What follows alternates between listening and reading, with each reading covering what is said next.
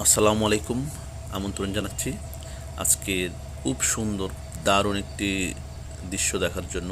আপনারা দেখতে পাচ্ছেন ভিডিওতে, এরকম দৃশ্য আসলে চোখ ধাঁধানো, সরাসরি দেখতে পারলে অনেক বেশি সুন্দর দেখায়।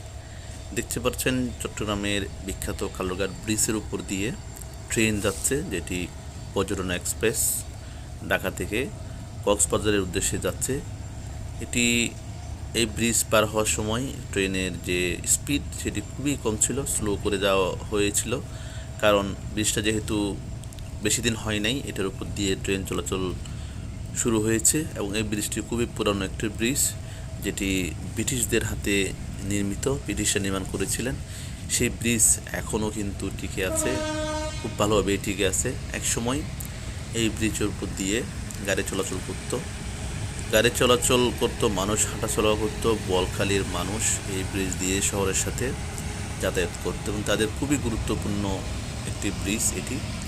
এটি তাদের দাবি ছিল কর্ণফুলী কালুরঘাট নতুন ব্রিজ, নতুন সেতুর, তবে সেটি হয়ে ওঠেনি এখন পর্যন্ত, হয়তো কোনো এক সময় হবে। তবে ব্রিজটি রিপেয়ার করা হয়েছে, যেহেতু ট্রেন চলাচল করা হচ্ছে সেজন্য রিপেয়ার করা হয়েছে।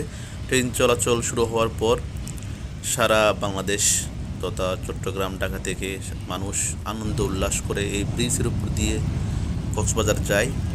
কক্সবাজারের জন্য ভাগ্য খুলে গিয়েছে, সারা দেশের মানুষের জন্য যাতায়াত ব্যবস্থা, ট্রেনে কক্সবাজার যাওয়ার যে আশা যে সেটা পূরণ হয়েছে। তবে এখানে সবচেয়ে বেশি সমস্যার সম্মুখীন হয়েছে বলহালি এবং পটিয়ার কিছু মানুষ, যারা এই ব্রিজটি দিয়ে পারাপার হতো, তারা এখন ফেরিতে পারাপার করতে হচ্ছে।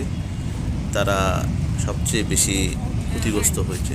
নদীর এপার ভাঙে পার ধরে, ওই রকমই ঢাকা চট্টগ্রাম শহরের মানুষ কক্সবাজারের সাথে আনন্দ নিয়ে এই ব্রিজ পার হচ্ছে, আর বোয়ালখালীর মানুষ ফেরিতে দুঃখ কষ্ট করে ফেরি পারাপার হচ্ছে।